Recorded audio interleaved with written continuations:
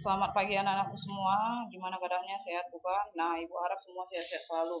Nah, di sini pelajaran kita masih tetap sama mengenai persamaan akuntansi dan berhubung banyak di antara kamu yang belum mengetahui gimana cara menyelesaikan soal persamaan akuntansi. Nah, di sini Ibu bahas kembali. Di sini Ibu kasih lagi 3 contoh mengenai persamaan akuntansi atau soal transaksi akuntansi.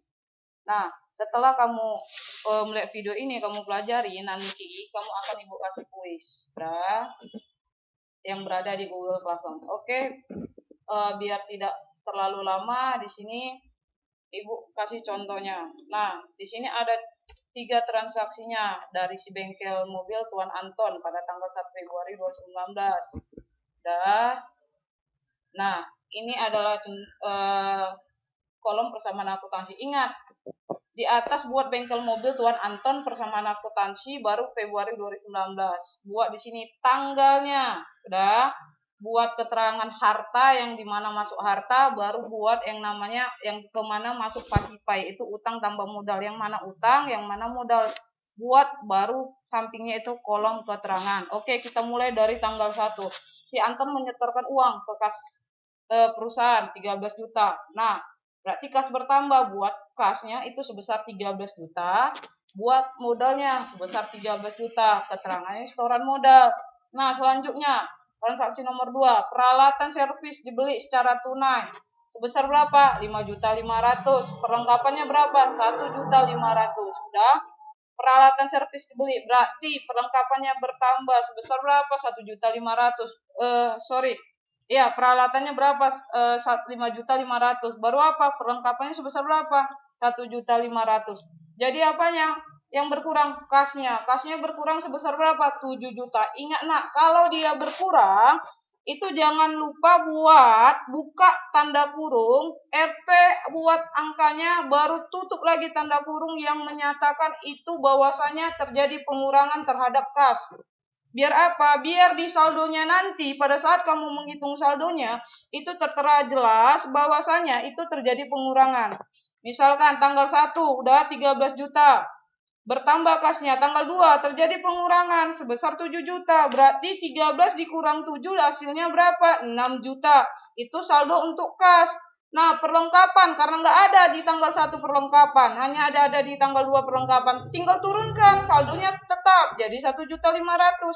Peralatannya juga segitu, 5.500.000. Akumulasinya nggak ada, utang usahanya nggak ada, modalnya karena di tanggal 1 cuma ada modal 13 juta, tanggal 2 tidak ada, tinggal turunkan menjadi saldonya 13 juta.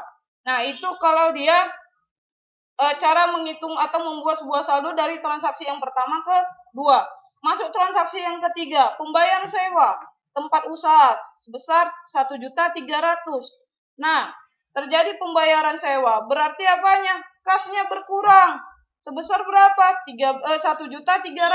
Tetap nak, kalau dia berkurang, ingat buat tanda awal pertama, buat tanda yang namanya buka kurung, baru buat RP, baru buat angka, baru tutup kurung. Itu menyatakan bahwasanya kasnya berkurang. Baru apanya? Modalnya. Nah, berkurang juga, iya. Sebesar berapa? 1.300.000. Nah, modal. Kenapa modal, Bu? Nah, oke, sebenarnya karena dia di situ adalah kas, baru beban sewa. Beban sewa dalam keterangan tidak dalam kolom persamaan akuntansi tidak ada. Jadi beban sewanya, angkanya itu dibuat di modalnya, tetapi dengan catatan dibuat di kolom keterangan pada tanggal 3 itu adalah beban sewa sebesar 1.300.000. Selesai. Nah, terjadi pengurangan antara kas dengan modal, di mana keterangannya itu adalah seharusnya adalah beban sewa. Kita turunkan dia 6 juta saldo kas, dikurang 1.300.000. Berapa apanya? 4.700.000. Nah, masuk piutang ada nggak ada, masuk perlengkapan. Nah, saldo akhirnya 1.500.000. Di tanggal 3 nggak ada perlengkapan, ya tinggal turunkan 1.500.000. Begitu juga peralatan. Lanjut, Pak, akumulasinya tidak ada, utang usahanya tidak ada, modalnya Tuan Anton. Nah, tanggal 3 ada modal. Udah, saldo akhirnya itu adalah 13 juta.